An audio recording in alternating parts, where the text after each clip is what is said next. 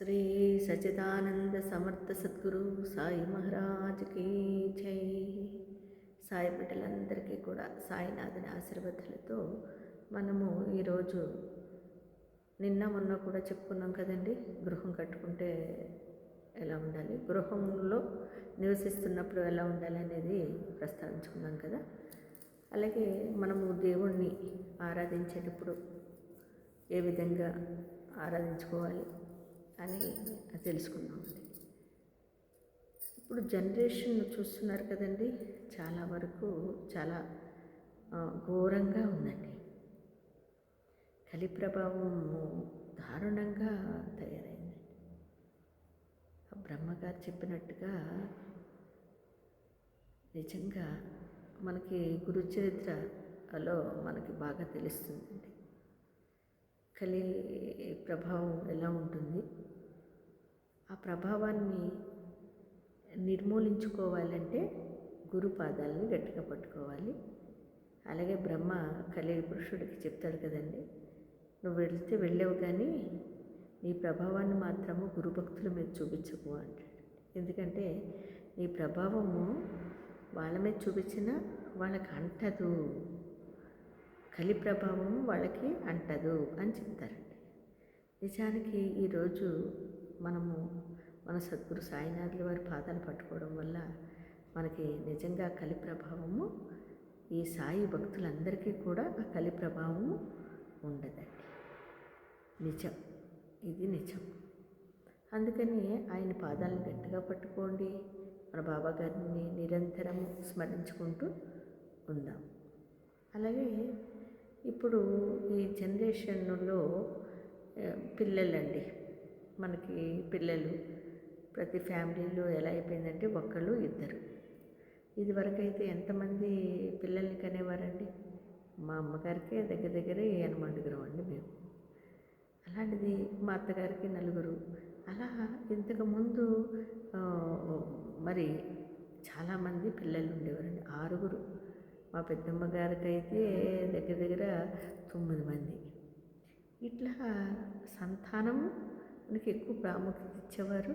అలాగే వాళ్ళ పద్ధతుల ప్రకారము పిల్లలు కూడా ఒక సాంప్రదాయ పద్ధతిగా జీవించారండి, పెద్దల మాట వింటూ.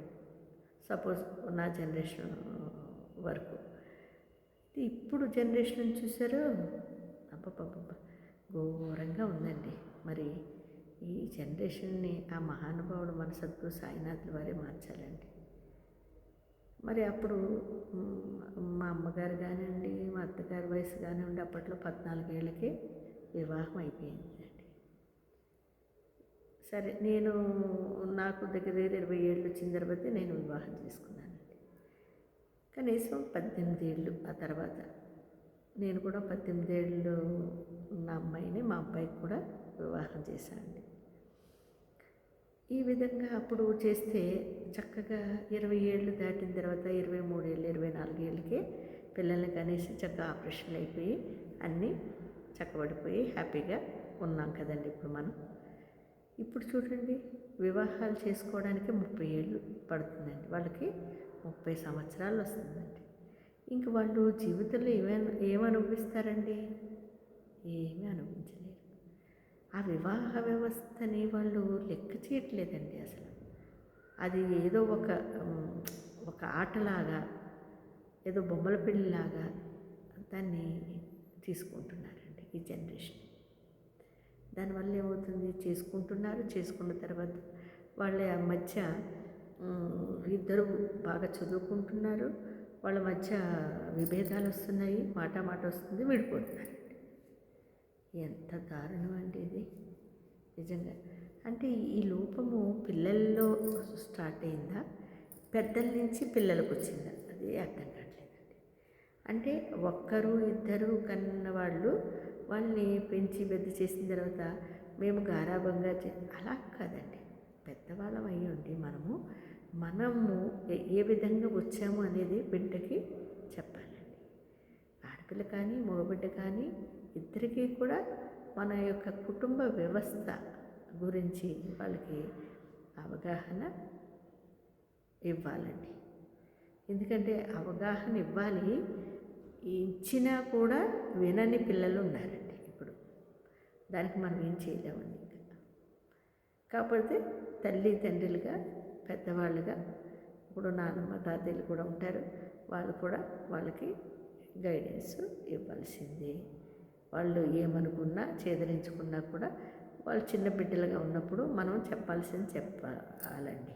చెప్పకపోతే రేపు వాడికి అదే అంటారు కదా, ఇప్పుడు నిప్పు ముట్టుకుంటే కాలుతుంది, కాలినప్పుడు అది బొబ్బు వస్తుంది, నొప్పి పుడుతుంది. ఆ నొప్పిని అనుభవించలేక అయ్యో నేను అనవసరంగా కాల్చుకున్నానే అని బాధపడతారు. అదేవిధంగా జీవితంలో కూడా ఇలాంటి నష్టాలు జరిగినప్పుడు కదండి, అప్పుడు మా నాన్నమ్మ చెప్పింది వినలేదు, మా అమ్మ చెప్పింది వినలేదు, మా నాన్న చెప్పాడు వినలేదు అనే ఒక థాట్ అనేది వాళ్ళకు వస్తుంది. వచ్చినప్పుడు కనీసం వాళ్ళ పిల్లలనైనా సరి చేసుకునే అవకాశం వాళ్ళకు ఉంటుందండి. కాబట్టి మనము ఈ జనరేషన్లో తప్పనిసరిగా పిల్లలకి గైడెన్స్ ఇవ్వాలండి. ఇప్పుడు గురువులంటే లెక్కలేదండి విద్యార్థులకి, అలాగే భగవంతుడంటే లెక్కలేదండి, భక్తి లేదండి, ఏమీ లేదు. వాళ్ళు ఎందుకు పుట్టారు, ఎందుకు పెరుగుతున్నారంటే చదువుకున్నామా, మంచి ఉద్యోగం చేసామా, బాగా డబ్బులు సంపాదించామా, హ్యాపీగా ఎంజాయ్ చేసామా, దీనికోసమేనండి. కనీసం తల్లిదండ్రులన్నా చూస్తున్నారా అంటే అది కూడా లేదండి. అబ్బబ్బబ్బా, ఆ విషయంగా వెళితే ఎంత ఉందంటే అంత ఉందండి ఈరోజు ఈ జనరేషన్. తల్లి తండ్రి అంటే లెక్క చేయట్లేదండి.